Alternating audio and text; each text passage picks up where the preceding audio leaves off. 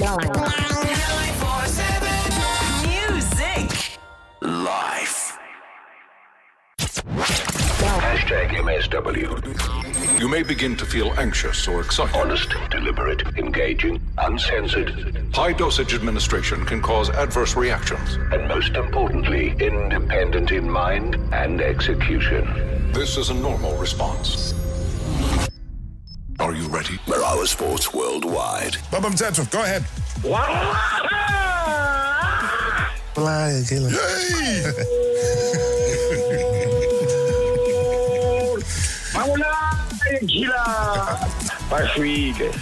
Baba Mteto. He was influential into me, into me becoming this big player, and with that comment, that line, Babulaya killer. Yeah.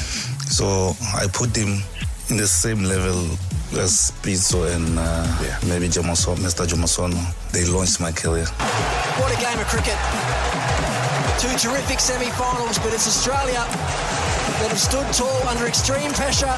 They've done just enough to win their way through to another final and take on India.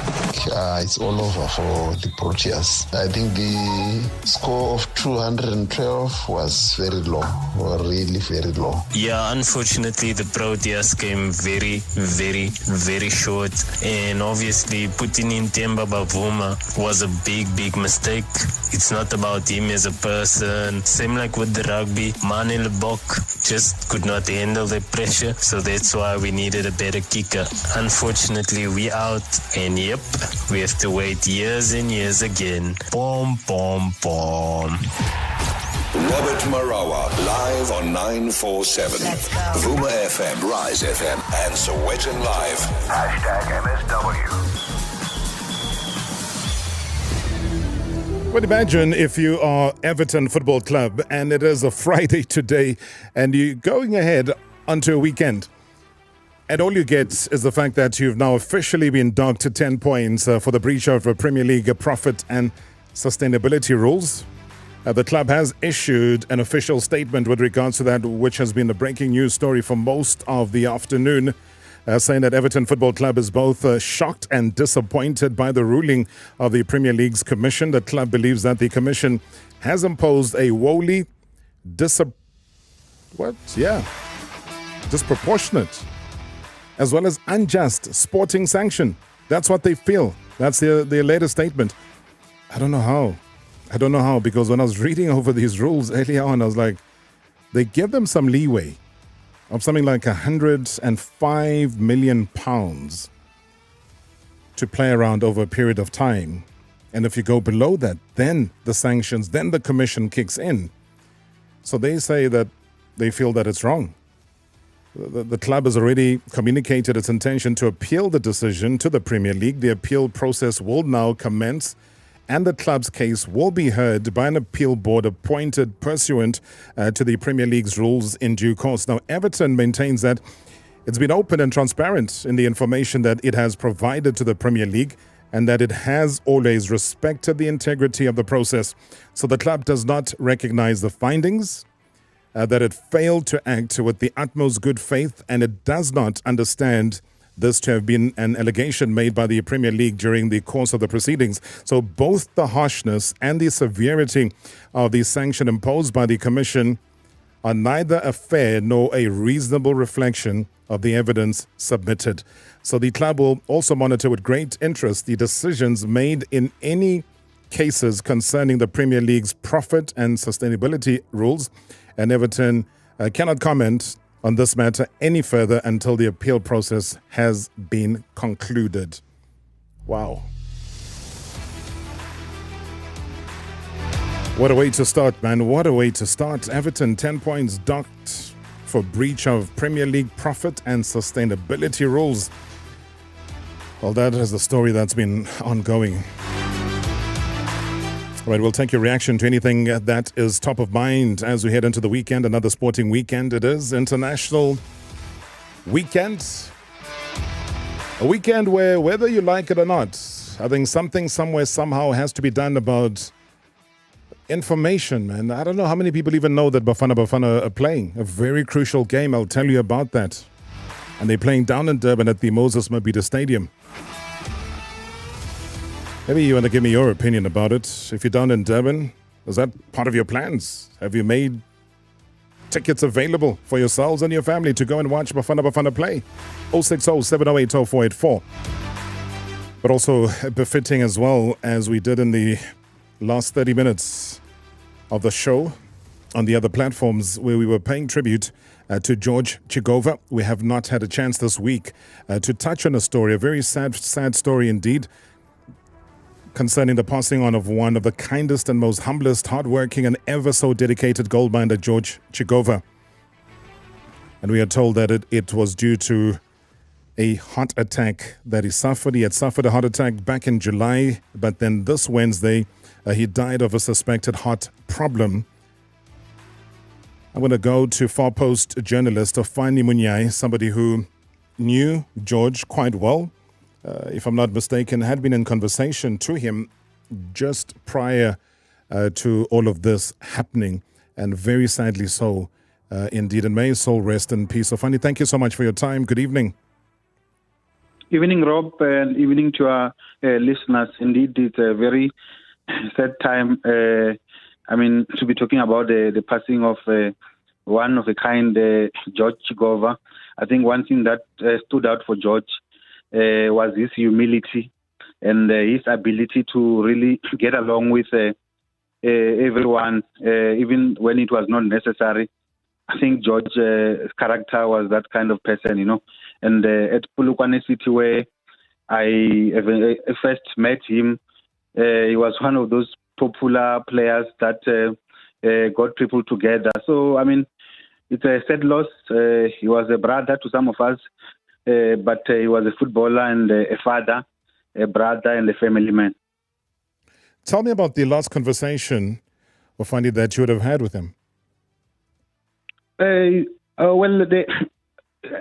second last one, Rob, if I start, I'm sure you remember the game against, when Polokwane City were playing against SuperSport United in the culling and knockout. Yes. I think towards the end of the game, the TV guys showed George at the stadium.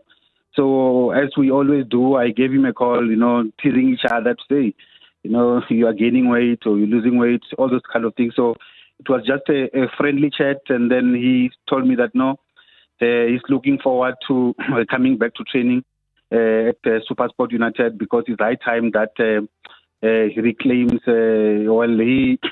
He plays football, the sport that he loves. The last time I spoke to George, in a lengthy conversation was, I'm not sure if you are aware of the incident. There was an incident recently where I was chased away by Polokwane City during one of the open day sessions. So George read that through the social media, I'm sure, platforms, and then he gave me a call to try and find out what's going on, and I explained to him that I've been chased away, and the other colleagues in the media boycotted the media day, and then we had a lengthy chat about life as well, like we always do, and about that incident, because those are the kind of incidents. Those obviously we can't talk every day, but 3-4 days also before his passing, it was just a brother to brother chat. Sometimes you drop a message and a response, and I'm doing well. So yeah, those are the last conversations that I remember talking to George, Rob. All right, two things stand out, and which obviously shocked me. But given the club that you're talking about, it doesn't shock me that much. But let me raise it. We'll continue to pay tribute and to chat about George. But you're a journalist. You work with and for Far Post, one of the respected publications here in the country. And for you to be chased away by a club on their media day, as long as you have an accreditation, I suppose it does allow you to go in. So how and why would you then be chased away by a club on their media day and you're part of the media? So what happened was that because these clubs were participating in the Culling Cup, Culling Knockout last quarterfinal stage, the sponsors and the PSL had organized media days around across the country for those teams that qualified, and Polokwane City was one of the clubs that had qualified. So obviously the PSL had extended the invitation to to Far Post and other media houses. So I responded just like I always do. And I went there, and one of the officials came to me and said, no, you know what, the chairman of the club has instructed us to tell you that you must leave.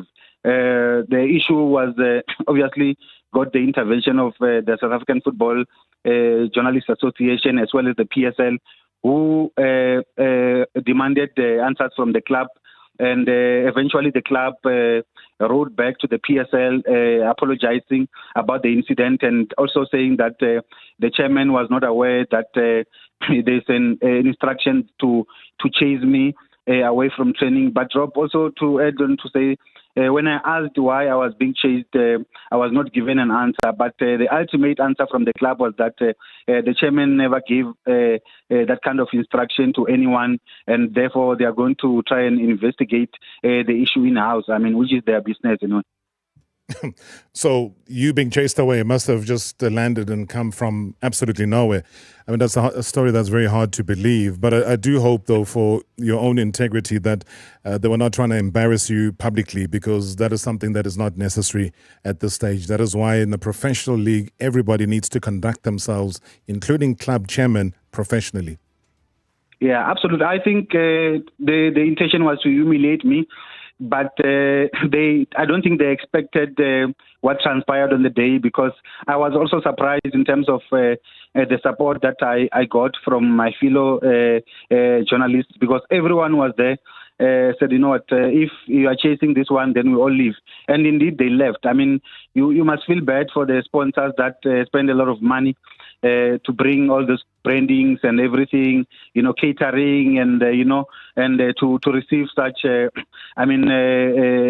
of an incident from the club. But it's not the first time, and this is a club that I honestly sometimes try to refrain from talking or commenting about, because I wouldn't want or wish anyone, not even a journalist, to try to be humiliated in the kind of way that they were trying to do. I just feel like on the day, perhaps they didn't see what happened coming, but it's very unfortunate, especially in 2023 for our football, a league that we say is one of the best in the continent, and to still receiving such treatment.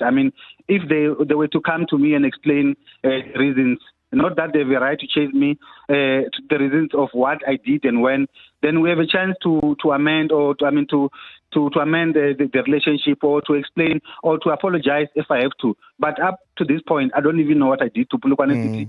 Only them know what I did, but it's okay. We move on. I'm accredited by the PSL. I'm employed by Far Post, and I'm not going to stop going to the matches that the PSL give me permission to attend. I was going to say that you should not, under any circumstances, apologize to anybody when you have no reason to be apologizing about anything. And I think a lot of the time, and this needs to be a lesson to everyone that obviously does the work that you do, is how people take issue and umbrage on things that are written about them. You take time to research your stories, and then they take enough time to get personal about whatever it is. So if you're not hero worshipping or praising them, then it's seen as, Ofani doesn't like the club. And yet you have a mandate from your readers to publish something that they can go to and rely on for the information that you supply. And yet people like to do those things, and they take it very personally, and they go to those crazy lengths as well. So from my side, I would say, keep up the great work. Don't succumb. Be the independent thinker that you are. You'll get very, very far indeed. And just one day, hopefully one day, owning a club should not be seen as being the god of football for anybody, because that is not the case.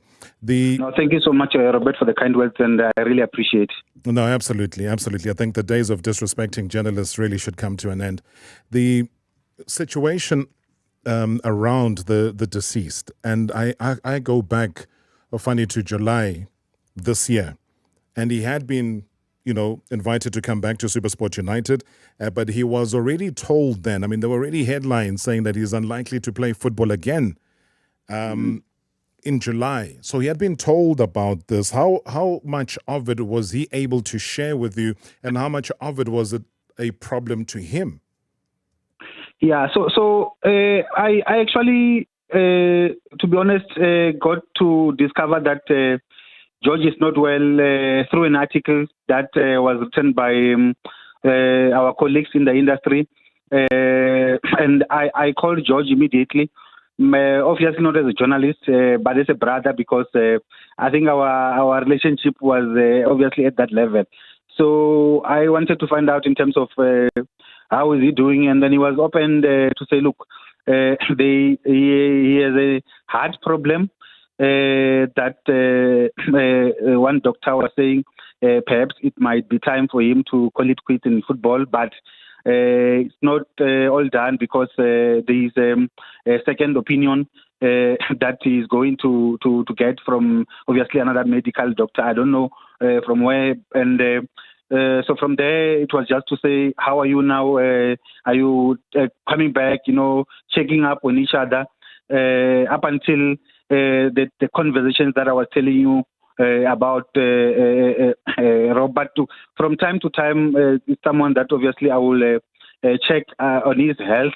But the article I saw it in July saying that the club anticipate him to return in 4 weeks. I also saw in the statement that they said that his contract ended in June. So that article that you and I are talking about came in July. So it shows that well, my interpretation is that perhaps the club also had some intention of returning him, because if the contract ended in June and then in July the coach was talking about giving him 4 weeks, obviously there was a sort of like a relationship there.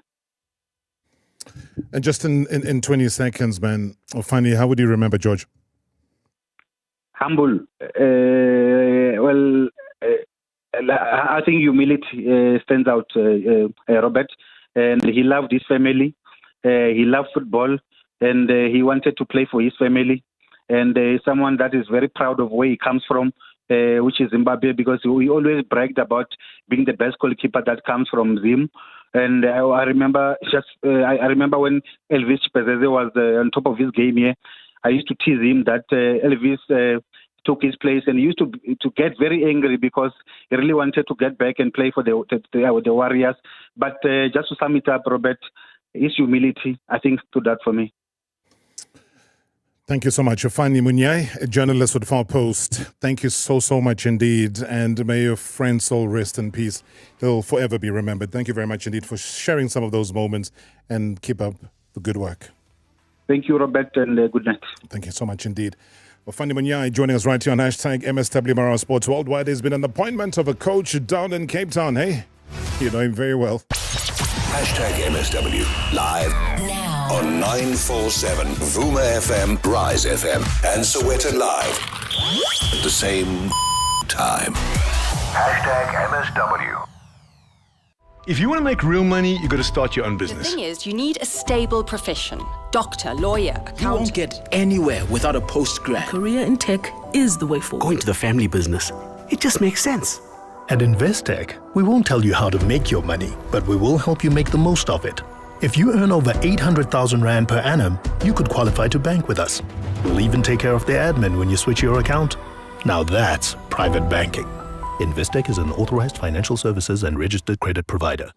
A massive share of 3 million Rand is up for grabs in the Hollywood Bet Spinner Zonke jackpot race. Spin for 2 Rand or more between 8:30 and 10:30 every Wednesday, Friday, and Saturday night.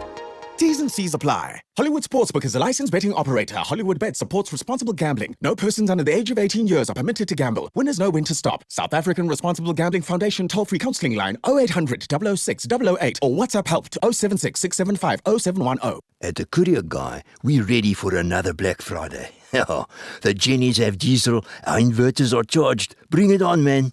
We're also ready for the other Black Friday, you know, the one with all the specials. Our 185 kiosks, 2,500 drivers and 1,100 Pudo smart lockers are standing by. So, go to thecourierguy.co.za and let the people who don't make a big deal out of delivering big deals handle your package, starting from just 65 Rand. T's and C's apply. Feel free official Black Friday compilation from Game. Taking several seats is a Furniture Parker mid-back chair for 1,299. Powering up is a Magneto 300 watts portable power station for 3,499. The official Black Friday compilation. Riding high is a Rally 26-inch Sabre 21-speed mountain bike for 1,599. Don't miss these unbeatable deals in store and online. There's only one Black Friday, and it's at Game. Deals valid 15 to 21 November. T's and C's apply. Experience true pleasure and crack into the new Magnum Chocolate Cookie Crumble. Velvety white chocolate coated ice cream sprinkled with cocoa cookie pieces tantalizes your taste buds with a satisfying, crunchy, and magical blend made for when you need to treat yourself. If you're a true pleasure seeker, the new Chocolate Cookie Crumble by Magnum is the answer. Enjoy it for the ultimate indulgence, perfectly coated in Magnum white chocolate. Magnum, true to pleasure. The D in Mr. D is for done. Done like groceries delivered to your door because the 5 p.m. meeting is not done. Done like shop it all in one place done. Mr. D is for done. Delivered faster than an episode of Real Housewives done. This is the era of done. Even if it's a 10 a.m. or a 10 p.m. Done, done, done. We're all about that done, baby. Because at Mr. D, we now get even more done for restaurants, groceries, and everything in between. Download the Mr. D app. The D is for done. Previously on Marawa Sports Worldwide. Katla Kobela, who is here with me. Like that! Just like that! But what is the inspiration? I mean, there's a thought process. You're looking at the clock. It's literally the last kick. I was chosen in the last minute, in the last hour. I think someone was injured. Was it Wangankos or something? Yes. Yeah. So I replaced him. Obviously, when I got in, I got a lot of critics. What is he doing there? He's not even playing in his team. Billy Pizzo, blah, blah, and this and this. But Pizzo believed in me. I think first 2 games I didn't play. The last game, they threw me in against Spain. And, God was there to lead me. And that goal happened. But it's something that I was doing in training sessions as well. If you can ask a lot of players, it was not a fluke. No, it didn't look like it. Yes, many people said it was a fluke. What a moment! What a strike! #MSW. #MSW.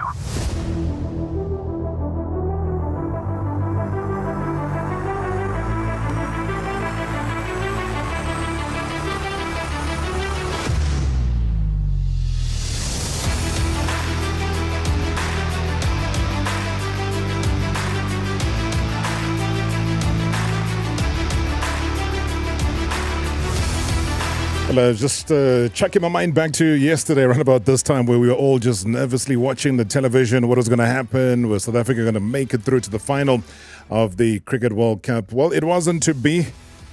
And I suppose a lot of people that might have missed the post-match interviews that came through, it was going to be inevitable that they ask about the chokers tag, to the coach, Rob Walter. He had an answer, and I'm sure he knew that they were going to bring this question up. I guess you need to define what a choke is. For me, a choke is losing a game that you're in a position to win. In this instance, we were behind the 8 ball right from the word go, and we actually fought our way back into the competition and put up a score that gave us a chance. And then, again, they got off to a flyer, and we fought and we put ourselves back into the game, and of course we were 30 runs or 40 runs short, but still having them 7 down, and a couple of things that balls bouncing just short, a little inside edge that could have been taken, so for me, there's nothing even remotely close to a choke that happened out there today. I think a question well handled from the coach. There'll be a lot of unpacking of what happens, and you can join us on Monday, on Reaction Monday, where we will have the experts. We will unpack, you'll tell us, and of course there will be a Cricket World Cup champion by the time we go live on air on Monday, on Reaction Monday. But the coach, though, was saying that he was unbelievably proud of the Proteas for the fight, for the determination that they showed before finally succumbing to Australia by 3 wickets with 16 balls to spare yesterday. Yeah, it's obviously gutting to lose a semi-final. But beyond that, incredibly proud of the fight shown by the lads. The first 12 overs of batting this afternoon was a serious challenge. And ultimately, I think that's what separated the game, really. 24 for 4, even to come back from 24 for 4.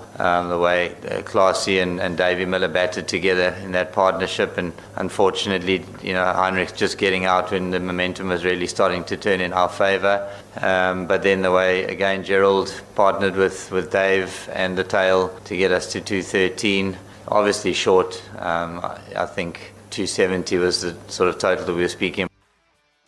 Yeah, but one thing we can say is that Mamelodi Sundowns ladies, good luck for Sunday, the big final. They've made it through.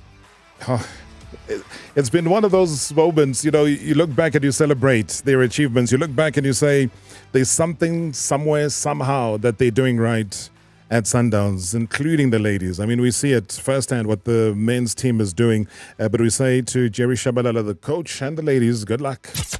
Previously on Marawa Sports Worldwide. Jerry Shabalala, the Mamelodi Sundowns ladies coach. Well, I know that you've got the experience of playing in finals of this magnitude. They don't. They're going to be playing for the very first time in a final of this magnitude. How much does that experience count? Let me up, with my team, 80% of the squad that won the championship, the ignorant one, we still got it, and even the team that lost last season, most of the players are still the players from that previous season. We've learned a lot from this tournament. As well as Rob, we thank you for your support. You've been following us for some time. You've been promoting us. We thank you, Brother Rob. Sundowns ladies again on the cusp of success. Hashtag MSW. Hashtag MSW. Yeah, I was asking if any of you are going to be attending the Bafana Bafana game over the weekend. It's a massive game. You're talking about South Africa beginning a journey, and they're on the road to the 2026 FIFA World Cup with the game which is welcoming Benin at the Moses Mabhida Stadium tomorrow. It's a crucial game for both of these sides. They want to begin the qualification round on a high note, and also having already booked a ticket to next year's Africa Cup of Nations tournament in Ivory Coast. Next on the assignment for Bafana Bafana is to have a good start and make it to the World Cup finals. Hey, guys, we haven't been to the World Cup since the World Cup was here in South Africa in 2010. And there, it wasn't about qualification, it was about hosting the event. So that says a lot about where we are football-wise. We might be angry about what happened yesterday with the cricket, how close we got, but we didn't. But all I say is the cricketers, rugby, they get to the major tournaments. So we're failing. So if 2010 was the last time we made it, that says a lot. Had we not been hosting the World Cup in 2010, forget about it. We wouldn't have been there. That's just the reality. It's not the negative side of where we are. So Hugo Broos, he's made his intentions known. That is one of the priorities, is to drive the Southern Region nation back into its glory days and do the very best with Bafana Bafana. I'm going to head off down to Durban now, get eDiski Times as well as BBC journalist Robin Juk Madlala to give us a bit more of the lay of the land. Robin Juk, thanks for your time and good evening. Welcome to the show. Thank you, Robert. I hope you're well and safe. Is it a full house at Moses Mabhida tomorrow? Okay, I've just been told by my people at Moses Mabhida Stadium, I think right now 10,000 tickets have been sold. So it's not bad. It's not bad. We still got the day tomorrow, but as we stand right now, we got 10,000 sold. Yeah, sold. So that's just the bottom tier of Moses Mabhida Stadium, right? Yeah, of course. That's what. Is it ideal? No, it's not. It's not ideal. And I even asked Hugo Broos about it. I mean, because it's an enormous challenge for him. When you see the public is not turning up in a match. I mean, you have seen at Orlando and FNB Stadium. I mean, the attendance has been absolutely woeful. So, and then look at what happened across other sports. Look at the attendance. I mean, I attended the Springboks in November last year against Argentina at Kings Park Stadium. Oh my goodness. The tickets there were sold, I think, in a space before the tournament even began, the Rugby Championship. So you can understand there is enormous pressure for him to convince the masses. But also understand, Robert, I mean, since the turn of the new millennium, what Bafana Bafana has done since 1998 when they lost to the African Nations, in the final. What have we done after that?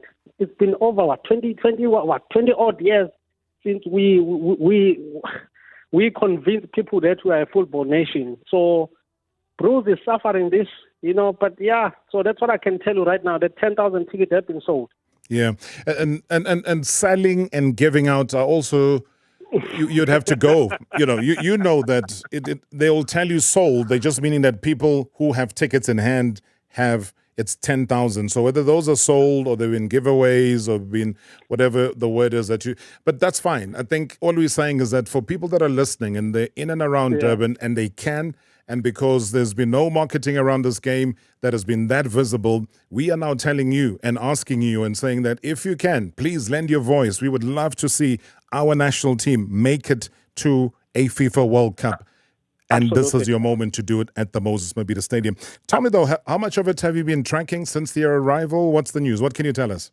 Unfortunately, because one has been filing, so they started to train at 6 o'clock. I'm just going there now. I'm just leaving the press box because we've been filing, because the press conference just finished now. So, yeah, I'm just going to go and see how they are. But, yeah, Robert, I mean, we cannot overemphasize this. This is a World Cup qualifiers. And then again, we are up against it. The last time Bafana Bafana won the opening FIFA World Cup qualifier was in 2004, Robert.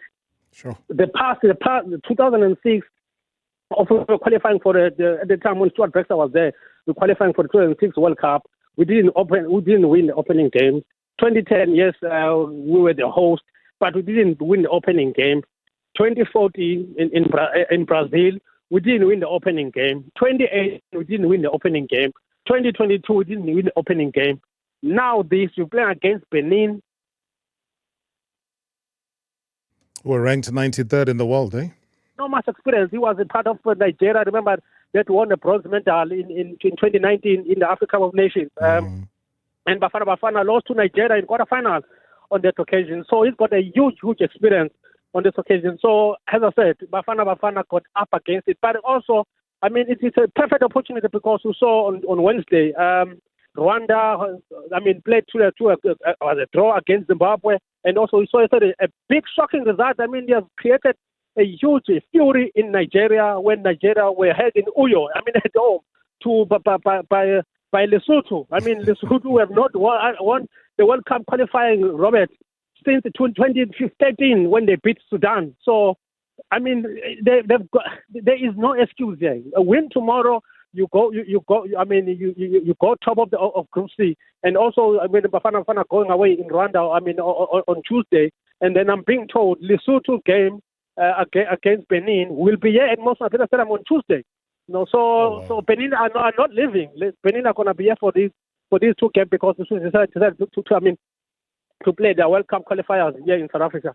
That is incredible. So, Benin are playing an away game with Bafana Bafana at the Moses Mabhida Stadium. Yes. And then Benin have realized that, you know what, life is wonderful here. We don't want to go to any other venue. We're going to use this as our home ground. So you come to us here in Durban.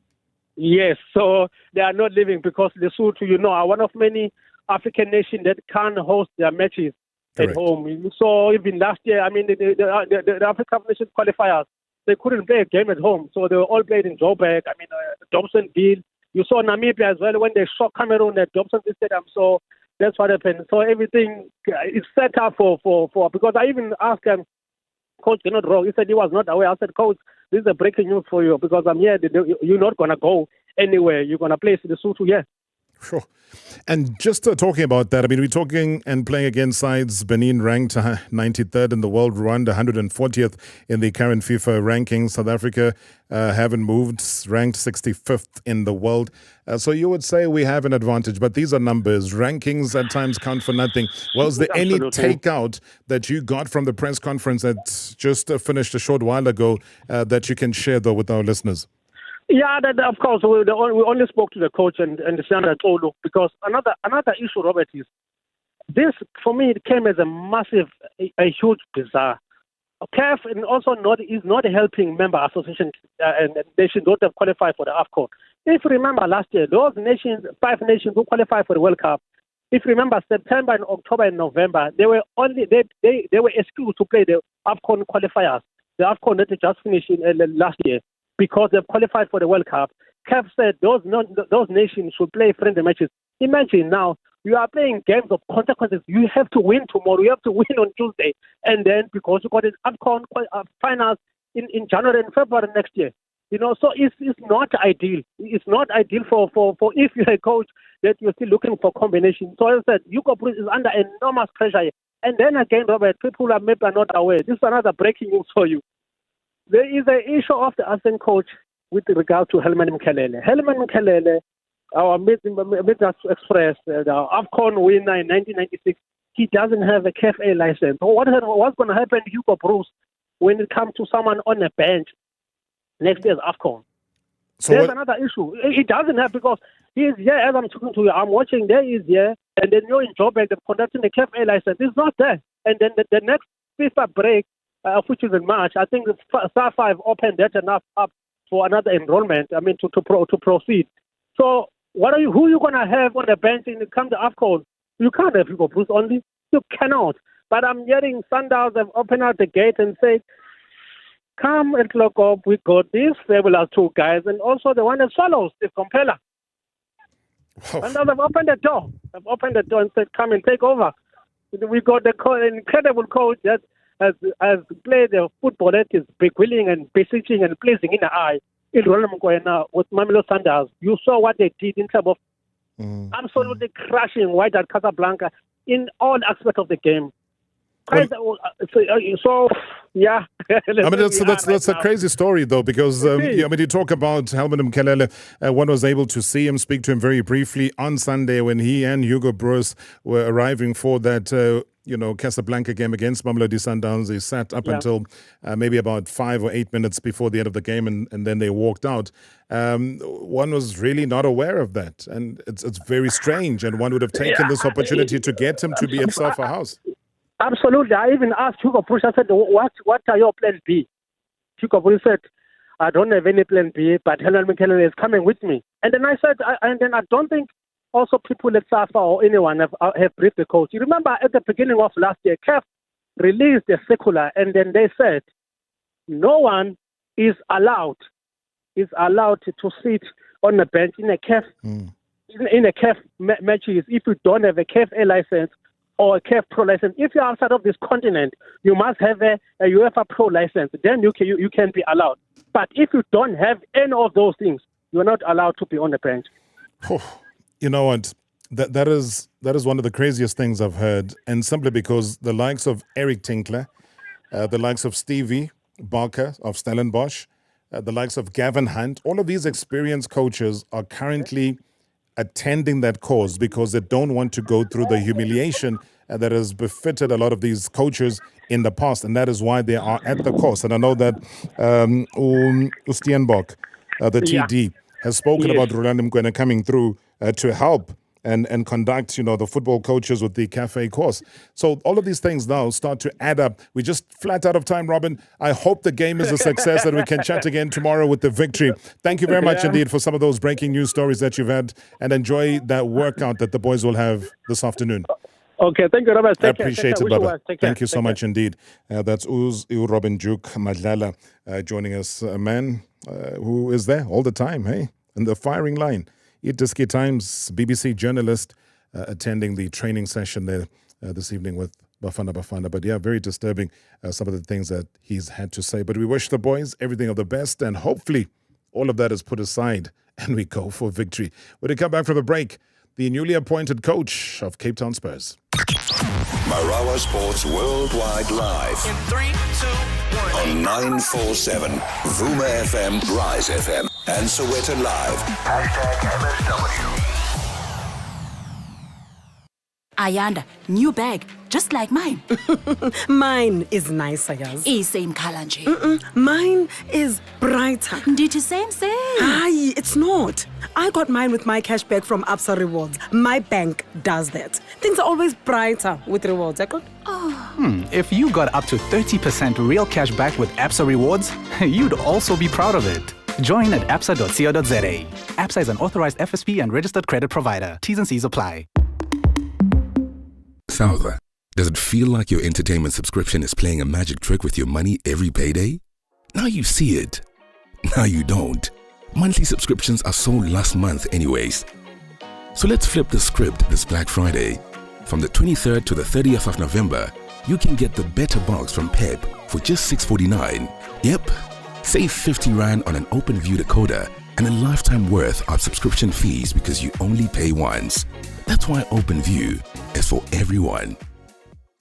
Bafana. Eish bafo. Yeah, you woke up late vandaag, nee? Snooze buttons. Now the only seat left in the taxi is at the front in the middle. Aside. It's gonna be Buma 50 front row, 100 back seat. A whole clip at 6 a.m. Just as you try remember school stuff. Pythagoras, parabolas. The guy in the front moves over to the middle seat. Danko, mafikizolo. It's a small pleasure, like getting a King value meal. No sums needed. From a very small $39.90. Only at Mega King. Don't miss out on Best Value Fiber from MWeb, SA's #1 fiber ISP. Get uncapped 20 megabytes per second fiber for only 299 Rand per month with month-to-month payments, no upfront costs, and get connected in 5 days. Visit mweb.co.za or call 087 700 5000 to find out more. MWeb, better internet, better you. T's and C's apply. Web Connect coverage depending. The wait is over. Join us at Hirsch's from the 1st to the 30th of November as we reveal the biggest Black Friday deals weekly. Huge savings on TVs, appliances, aircons, and much more. Buy a Kenwood 25-litre air fryer for only $2,799 or a DeLonghi coffee maker for only $3,299. Black Friday deals also available online at Hirsch's.co.za. Stock is limited. T's and C's apply. Hirsch's, we will save you money this Black November. I like to sell it, but want a good price for it. Where can I sell it? I'd like to sell it. I'd like to sell it. I'd like to... Whoa. You want to sell your car? Yes. Okay. Why do you ask? Well, because we'd like to buy it. We'd like to buy it. We'd like to buy it. We'd like to buy it. You want to sell it? We want to buy it. We buy cars. The best way to sell your car by far. Previously on Marawa Sports Worldwide. Katla Kombela, who is here with me. Like that! Just like that! South Africans excite themselves when former players are down and out, when former players are not able to produce for themselves. Yeah. Were you surprised by the amount of support people actually gave you as opposed to people criticizing you? Yes, honestly speaking, I was a bit surprised, but as I said, I've thought about this, and this is a transition, so yeah. Some are saying some hateful things, but I took a decision, and at the end of the day, I have to provide for my family, I have to provide for my daughters. Pitso Msimani, he was one of the best, actually, believers in Mpila, because I remember there was this game we were playing whilst Pitso Msimani was still the Bafana Bafana coach, and a segment of fans began actually booing him, and eventually he scored on that game. What a moment, what a strike! #MSW. #MSW. Honest, deliberate, engaging, uncensored, and most importantly, independent in mind and execution. It is the Friday edition of #MSW Marawa Sports Worldwide, live on 947. Vuma FM, Rise FM, and on Sowetan Live. Also, if you're following us on the YouTube channel, welcome to it. It's our last hurdle right now, though. It's been such a busy news day, but not surprising, though, heading into another busy weekend on the sporting front. But we bring it right back home, though, because, changes had to be made. Changes have been made. And usually these changes are made in and around the FIFA break. And it is no surprise, though, that, Cape Town Spurs have gone for their man. And let's introduce him to you.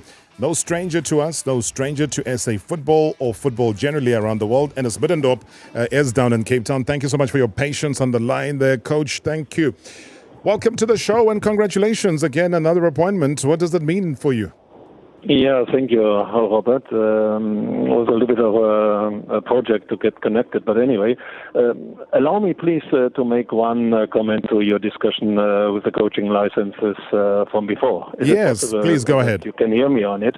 I think nobody should complain. Here's a huge, huge project which should have been done long ago from the SAFA and from the PSL, really to say anybody who wants to coach in the PSL or in the NFB should at least have a certain amount of qualification, of license. That, I think, is a point. And nobody should be surprised all of a sudden that CAF now starts to say, okay, listen, we have a very clear understanding what should be done. I think the Football Association in the country, here in South Africa, should have looked at it long before. Coach, I mean, just on that, then isn't that the biggest irony is that a coach who is an assistant coach to Hugo Broos finds himself in that situation, and they had been saying, they had spoken about it to say that Helmut Kelene is missing the course because of his tight schedule with the senior national team who are in camp, and he won't be able to do it even in January because of going to Ivory Coast. So this is something that they knew, but they haven't been able to accommodate, so the problem continues. Of course, but this is a little bit of being stupid, in my opinion, because you have to be flexible. You have to be flexible in terms of if somebody has shown the quality in the practical side, then you be flexible on this side in the course and to deliver finally the license. I think this flexibility is not existent, and that's really the unfortunate part in addition to. Long we've seen coaches with literally not much coaching. You know, they just have a voice, they get to the league and they get given a job and they're able to coach. So now the noose is being tightened and the pressure is being felt and people are already starting to panic. But it is the right way to go about it because you wouldn't have had this situation anywhere else around the world. Yeah, that's absolutely true. That's we have a license and we have obligations.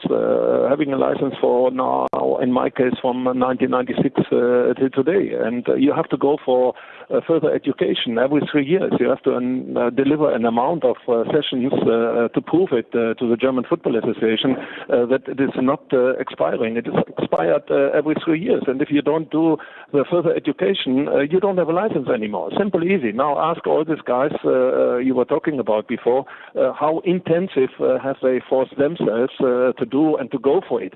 I think, again, individually and, of course, collectively from the Football Association and from the PSL. And I think the technical director currently made a point. He wants to really make sure that there's a minimum of certification, a minimum of license for people, for coaches who want to coach in the NFD and in the PSL should have a license with a certain degree. Yeah, I think there was a time even, jokes were floating around saying that some of the coaches, when they get asked about the licenses that they have, would tell you that they've got only their driver's license and that's the only license, or their TV licenses and nothing further than that. So hopefully they would be able to move away from all of those crazy, ridiculous situations. Talk about having a license. Do you have, Coach, the license to move Cape Town Spurs away from rock bottom of the league position right now? Yeah, of course. This is not a question of license. I think that's a condition to go into it and to be brave and take the situation on. I think actually the results or the points in the moment where in the league table Cape Town Spurs is sitting is really a very challenging project. There's no doubt about it. But I went a little bit through over the past weeks, not days, over the past weeks in discussions with the responsibilities authorities of the Cape Town Spurs club to see the performances. There were matches in the end of the day, the crossbar, and then they lost the game. It could have been a 3-3. Then they have a penalty finally in Durban in the last game. They missed the penalty. Then they had a number of games where in the end of the critical phase, in the end of the matches, they conceded and they lost the game, or they played a draw, only. I think it's very, very crucial to see the performance and the points. This is definitely something where I looked into it, and of course, I know it's difficult. Of course, I know it's challenging, and this is something for me what I haven't done first time in my life. I think there's a little bit this crisis management. Let's take it from this side. Is a bit where I like to go into a waking up project, and let's see what we can do. When you look at a game, and I'm looking at it because that's the one positive game that they've had, which is against Orlando Pirates, took a lot of people by surprise that they would go there, obviously be at home and get the 2-1 victory that they did get, an important result just to register something on the points tally.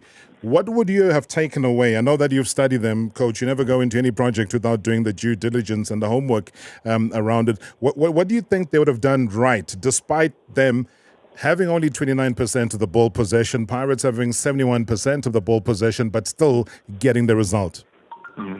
It's a little bit about, let's be very clear about, here in this case, you want to make a DNA of a club, Town Spurs, you want to put principles in and so on. I think in the moment it's a little bit of, how should I say, the short-term return and on the same time to have the long-term success. That means here you have to look into both. In the moment on the short-term return, meaning come close to the bunch of teams, second part of the league table, be connected. That should be the first part in this November-December games. And then, of course, long-term, put a certain identity inside, put a certain direction inside how Town Spurs want to play. Whatever it is in the moment, I'm not too sharp in this direction. I think there is a bunch of players with skills, with a lot of possibilities. In the moment, it's about to be pragmatic, just here and there a point, here and there a win. That's definitely something what we have to work on to really, as I said, be connected on the short term.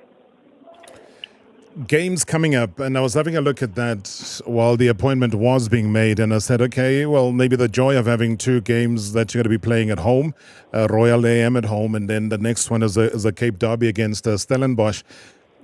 How does that sit? I mean, traveling puts a little bit of a spinner on you, especially if you're a new coach, etc., etc. Do you think that the plan to have these two games back-to-back at home would have an added advantage?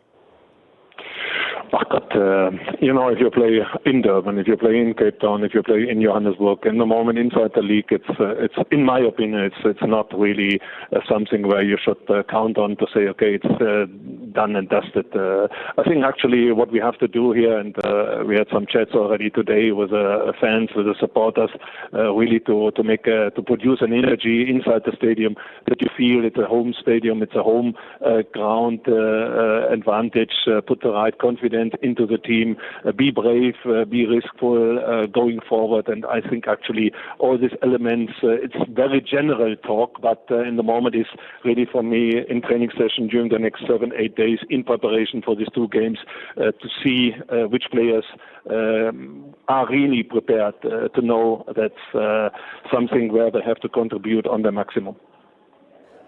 And just in terms of agreements, I know that sometimes, club management, they'll tell you, no, just preserve the status of the club, just don't get us relegated. That is what we want from you as a so-called mandate. Have the club been outward with you in terms of what they want out of Ernest Middendorp and Spurs this season? We haven't really spoken about where it should go, in which way we should produce something on the long term. As I said, actually, it's all about the short-term return to the PSL. In the moment, we are out of the PSL. There's no doubt and there's no secret about it. Everybody knows where you're sitting in the moment with a point of 3 in total, and that's definitely not a good situation. Therefore, actually, either from my side, not from the club side, there is no discussion, and there should be no discussion about the medium or long term. It should only be currently about the short term, and everybody should be focused to it to get connected. As I said, on the short term side, return to the PSL and have a chance in the end to make it happen in May to stay in a league. That's for me, without discussing it furthermore with authorities of Cape Town Spurs, that's for me the most important stuff and nothing else.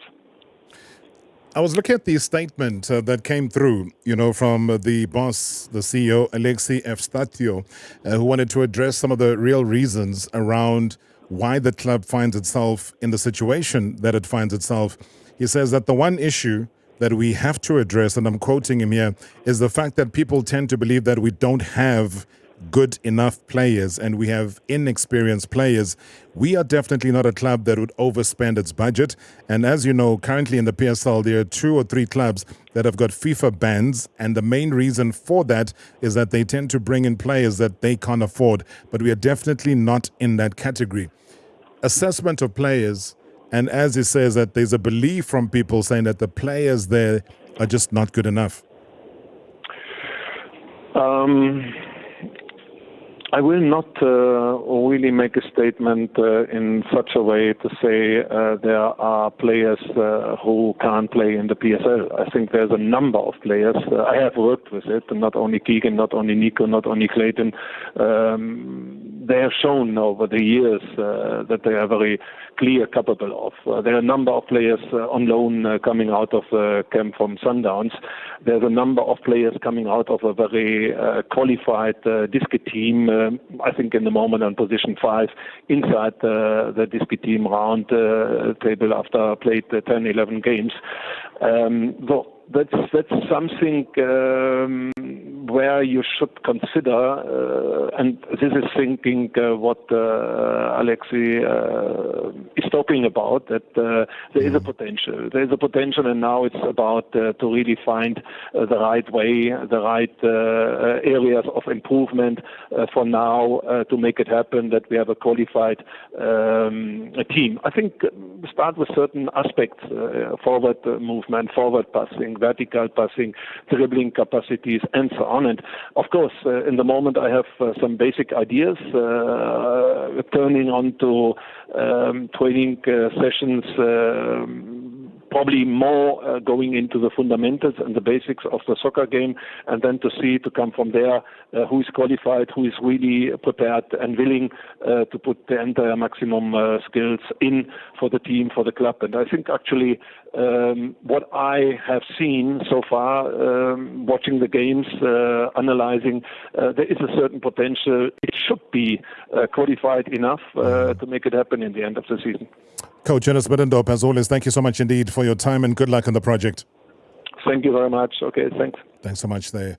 That's a coach, just newly appointed coach there of Cape Town Spurs, walking into a very tight job. He says he doesn't know if he's ever done this in his life. But yeah, we wish him the best of luck. And just look at some of the messages that were coming through on the YouTube channel.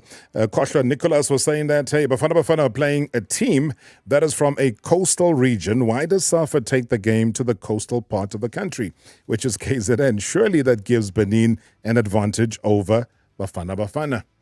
Hey! Yeah, it's one of those games I suppose we should have taken to Toyando. Catch you again on Monday. #MSW live now on 947 Vuma FM, Rise FM, and Soweto Live at the same time.